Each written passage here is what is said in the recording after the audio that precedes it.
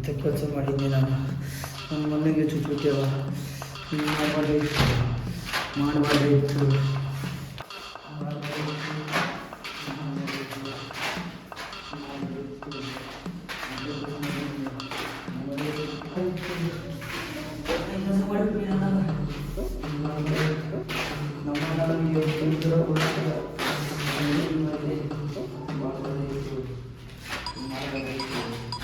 ಎಂತ ತಪ್ಪಿಬಿಟ್ಟೆ.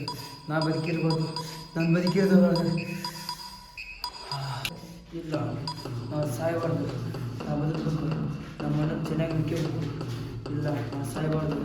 ನಮ್ಮ ದೋಸ್ತರಿಗೂ ಇಲ್ಲ, ನಾವು ಸಾಯಬಾರ್ದು.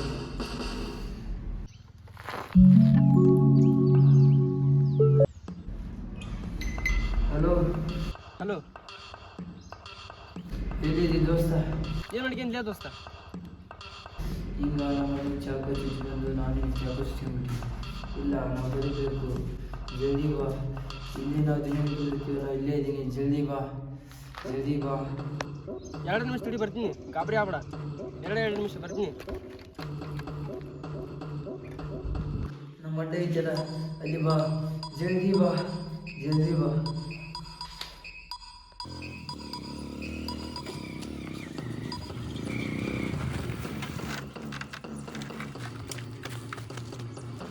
ಏನಾಗ್ತದೆ ದೋಸ್ತ? ದೋಸ್ತ ಏನಾಗ್ತದೆ? ಏನು ಮಾಡ್ಕೊಂಡಿದ್ದೆ ದೋಸ್ತ? ಏಯ್, ಏನು ಮಾಡ್ಕೊಂಡಿದ್ದಿ? ಏಯ್,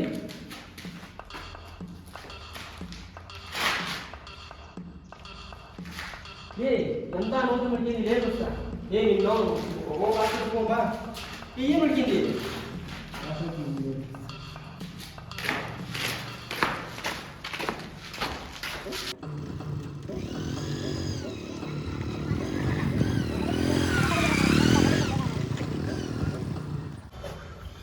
ನಮಸ್ಕಾರ ಡಾಕ್ಟ್ರೆ. ನಮಸ್ಕಾರ, ನಮಸ್ಕಾರ.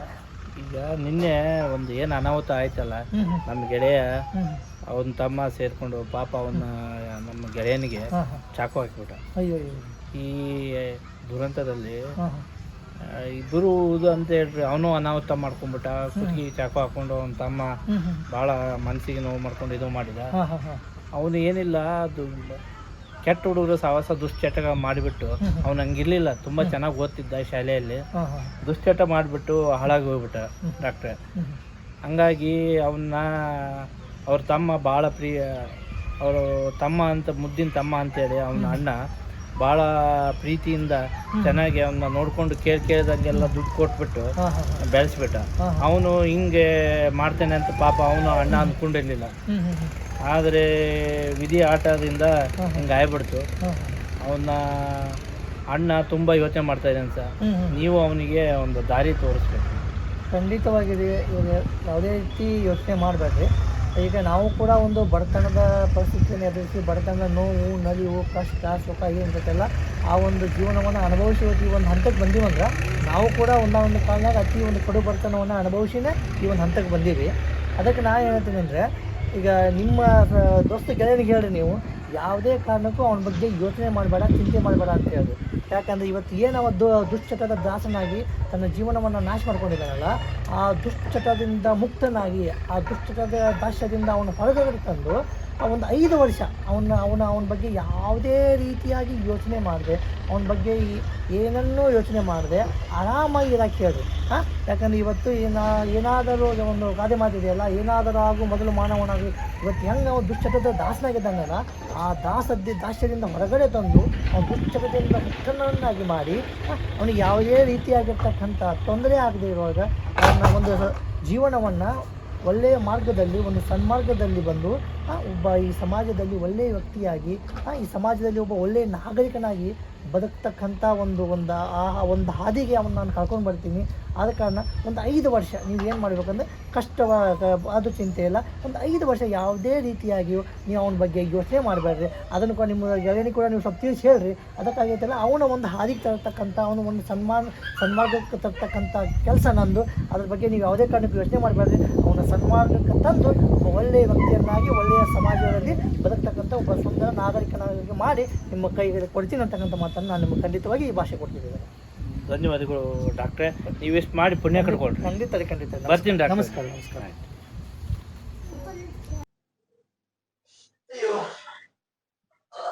ಮೈಗ ಇದ್ಯಾಪ ಏನ್ಲೇಪ 5 ದಿವ್ಸ ಬಿಡ್ಲೆ ದವಾಖಾನಿಗೂ ಕಾಯಿಲಿಲ್ಲ ಅವನು. ನಾ ಹುಚ್ಚ ಹಂಗ್ಯಾಕೆ ಮಾತಾಡ್ತಿ ನೋಡಿಲ್ಲೇ ಇನ್ನೇನ್ ಬೇಕೈತಿ ರಕ್ತಲ್ಲಿ ರಕ್ತ ಹೋಗಿತ್ತು, ನಿನ್ಗ ರಕ್ತ ಬಾಳ ಹೋಗಿತ್ತು, ಅದಕ್ಕ ನಾನು ರಕ್ತ ಕೊಟ್ಟು ಉಳಿಸಿ ನಿನ್ನ.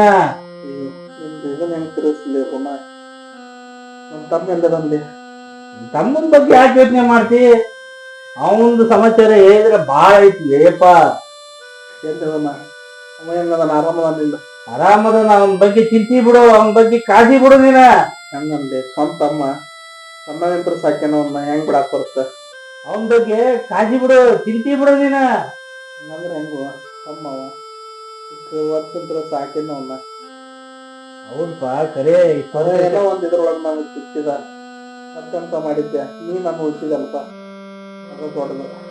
ಅದಕ್ಕಲ್ಲಿ ದೋಸ್ತಿ ಅಂತ ಎದಕ್ಕಂತಾರ? ಏನಪ್ಪ ಇಂಥ ಕಷ್ಟ ಕಾಲದಾಗ ಗೆಳೆಯರ ಆಗ್ಬೇಕು, ಇದಕ್ಕ ದೋಸ್ತಿ ಅನ್ನೋದು ತಮ್ಮ.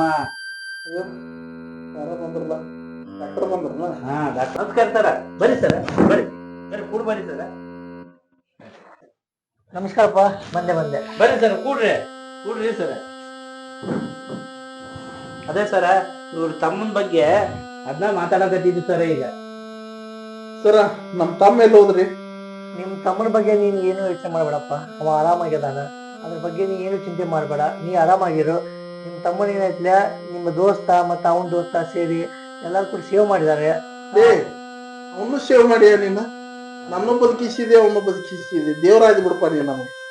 ಹಂಗಲ್ಪ, ನೀ ಸಣ್ಣವ ಇದ್ದಾಗಿಂದ ಇದನ್ನ ಹೇಳಕತ್ತಿದಿ. ದೇವರಾಜ್ ಕರೆಗೂ ದೇವರಾಜ್. ಆದ್ರ ಆ ದೇವ್ರು ಮಾಡಿಸಿದ್ದೆಲ್ಲ ನೀನು ಚಿಂತಿ ಬಿಡು ನಿನ್ ತಮ್ಮನ ಬಗ್ಗೆ. ಹೌದ್ರಾ ಡಾಕ್ಟರ್? ನೀನ್ ಆರಾಮಾಗಿದ್ ಬಿಡಪ್ಪ, ಅವನ ಬಗ್ಗೆ ನೀನ ಯಾವ್ದೇ ಕಾರಣಕ್ಕೂ ಯೋಚನೆ ಮಾಡ್ಬೇಡ. ಆಯ್ತು ಬಿಡ್ರಿ, ನೀವು ಇಷ್ಟು ಹೇಳತ್ತಿರಲ್ಲ, ನಿಮ್ಮ ಮೇಲೆ ಭಾರ ಹಾಕಿ ಕೈ ಬಿಟ್ಬಿಡ್ತೀರಿ. ಆಯ್ತು ಬಿಡ್ರಿ ಡಾಕ್ಟರ್, ನಾ ಆರಾಮಾಗೇನಿ. ನನ್ನ ಬಗ್ಗೆ ಥ್ಯಾಂಕ್ಸ್ ರೀ, ತುಂಬಾ ಧನ್ಯವಾದಗಳು. ಇನ್ನ 5 ವರ್ಷ ನಿನ್ ತಮ್ಮನ ಬಗ್ಗೆ ಚಿಂತಿನೇ ಮಾಡ್ಬೇಡ. 5 ವರ್ಷ ನಮ್ಮ ತಮ್ಮನ್ ನೋಡ್ಲಾರ್ದ ಇರ್ಬೇಕ ನಾನು? ಹೌದು, ಎಲ್ಲ ಡಾಕ್ಟರ್ ನೋಡ್ಕೊಂತಾರ. ಅವನ ಬಗ್ಗೆ ನೀನ್ ಹೇಳಕ್ಕಷ್ಟು ಯೋಚನೆ ಮಾಡ್ಬೇಡಪ್ಪ, ಅವನ ಜವಾಬ್ದಾರಿ ನನಗ್ ಬಿಟ್ಬಿಡು. ಆಯ್ತು ಬಿಡ್ರಿ ಡಾಕ್ಟರ್, ಇಷ್ಟು ಹೇಳಿದ್ರೆ ಅಂದ್ರೆ ನಾ ಸುಮ್ಮನೆ ಇರ್ತೇನೆ. ಹಂಗಾರ ಹಾಂ ರೀ, ಹೋಗ್ಬರ್ರಿ ಡಾಕ್ಟರ್, ಆರಾಮಾಗಿ. ಆಯ್ತಪ್ಪ, ಇನ್ನೊಂದ್ ಮಾತು ನಿಮ್ಗೆ ಹೇಳ್ಬೇಕು. ನಾನು ಹುಟ್ಟ ಯಾರು ಚಟಗಳನ್ನ ಕಲ್ತಿರ್ತಾ ಏನಿಲ್ಲ, ಕೆಲವೊಬ್ಬೊಂದು ಹುಡುಗರಿಗೂ ಜೊತೆ ಸೇರ್ಬಿಟ್ಟು ಆ ಸಂಘ ದೋಷದಿಂದ ಸಾಯಿಗೆ ಸನ್ಯಾಸಿ ಕೆಟ್ಟ ಅಂತೀವಲ್ಲ, ಹಂಗ ಕೆಲವೊಂದು ಹುಡುಗತೆ ಸೇರಿ ಏನೋ ಅಚಾನಕ್ಕಾಗಿ ನಿನ್ನ ತಮ್ಮ ಹಂಗ ಕಲ್ತಾನ. ಅವ ಕಲಿಬಾರ್ದಾಗಿತ್ತು, ಏನೋ ಒಂದು ಸವಾಸ ದೋಷದಿಂದ ಆಗೈತಿ. ಅದ್ರ ಬಗ್ಗೆ ನೀ ಯಾವ್ದೇ ಕಾರಣಕ್ಕೂ ಚಿಂತೆ ಮಾಡ್ಬೇಡ. ನನ್ನ ತಮ್ಮನ್ ಚಂದ ನೋಡ್ಕೊರಿ ಡಾಕ್ಟರ್. ಅದ್ರ ಬಗ್ಗೆ ನೀನು ಯೋಚನೆ ಮಾಡ್ಬೇಡ, ನಿನ್ನ ಮನಸ್ಸಿಗೆ ತೆಗೆದಾಕ್ಬಿಡು. ಇನ್ನೇನು ಕೆಲವೇ ದಿನದಾಗ ಒಬ್ಬ ಒಳ್ಳೆ ವ್ಯಕ್ತಿಯಾಗಿ ತನ್ನ ಜೀವನವನ್ನು ರೂಪಿಸ್ಕೊಂಡು ನಿನ್ನ ಹತ್ರ ಬರ್ತಾನ. ಅದ್ರ ಬಗ್ಗೆ ನೀನು ಅದ್ರ ಚಿಂತೆಯನ್ನ ಮರ್ತು ನೀನು ನಿನ್ನ ಆರೋಗ್ಯದ ಕಡೆ ಗಮನ ಕೊಟ್ಟು ಆರಾಮವಾಗಿದ್ದು ಬಿಡಪ್ಪ ನೀನು.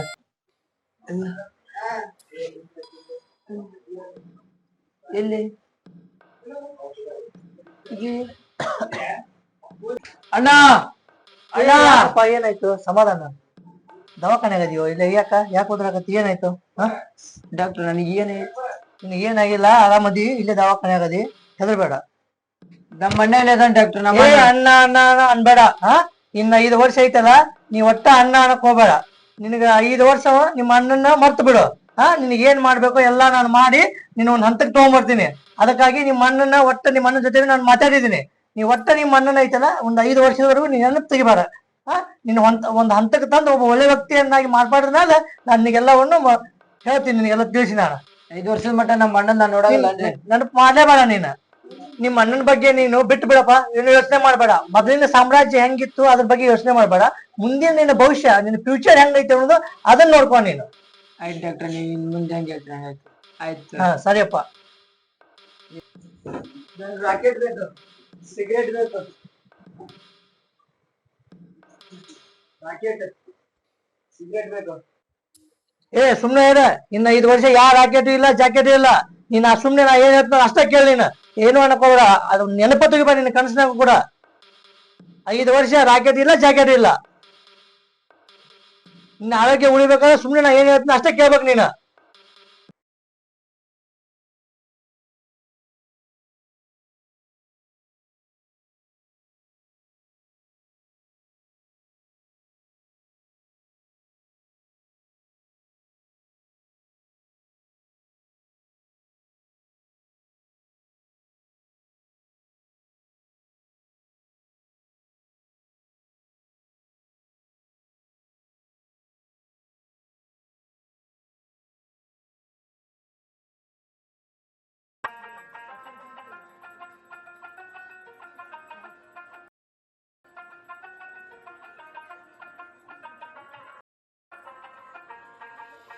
ಅಣ್ಣ ಅಣ್ಣ ನಮಗೆ ಯಾರಪ್ಪ ಅಣ್ಣ ಅಣ್ಣ ಅಂತ ಕರೆಯವ್ರು?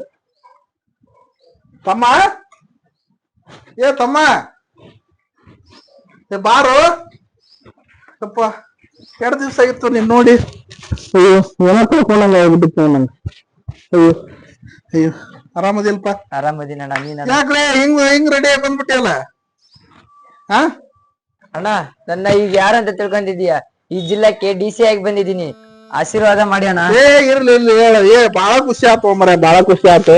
ಆ ಡಾಕ್ಟರ್ ನಿನ್ ಕರ್ಕೊಂಡೋಗಿ ಉದ್ಧಾರ ಮಾಡಿದ ಮರ, ಬಾಳ ಖುಷಿ ಆತ್ ನನಗ ಮರ. ಹಿಂಗ ಇರ್ರಿ, ಯಾವ್ದು ಚಟ ಕಲಿಬಾರ್ದು. ಯಾಕಂದ್ರ ಸಣ್ಣ ಮಕ್ಕಳಿದ್ದಾಗ ತಮ್ಮ ತಂದೆ ತಾಯಿಗಳೈತಲ್ಲ, ಎಷ್ಟ್ ಕಷ್ಟಪಟ್ಟು ಬೆಳೆಸ್ತಾರ. ಅಣ್ಣತಮ್ರ ಎಲ್ಲಾ ಕಷ್ಟಪಟ್ಟು ಬೆಳೆಸ್ತಾರ. ಎದಕ್ ಬೆಳೆಸ್ತಾರ? ನೀವು ಜೀವನದಾಗ ಒಂದ್ ಒಳ್ಳೇದ್ ಏನ್ರ ಸಾಧಿಸ್ಲಿ ಅಂತ ಕಳಿಸ್ತಾರ. ಆ ಉದ್ದೇಶಕ್ಕೆ ನಿನಗ್ ದುಡ್ಡು ಕೊಡಲ್ಲ ಅಂದೇ ವಿನ ನಿಂದು ಇಡೀ ಆಸ್ತಿ ನಿನಗ ಮರ, ನಂದೇನಲ್ಲ. ನಾ ಇರೋ ಮಟ ಇರ್ತೀನಿ. ಉಳಿದ್ಮೇಲೆ ನಿಂದಲ್ಲಪ್ಪ ಎಲ್ಲಾ ಆಸ್ತಿ. ಚಂದ ಹಂಗಿದ್ರೆ ಸಾಕ್ ನಂಗೆ. ಬಾರಪ್ಪ ಬಾ.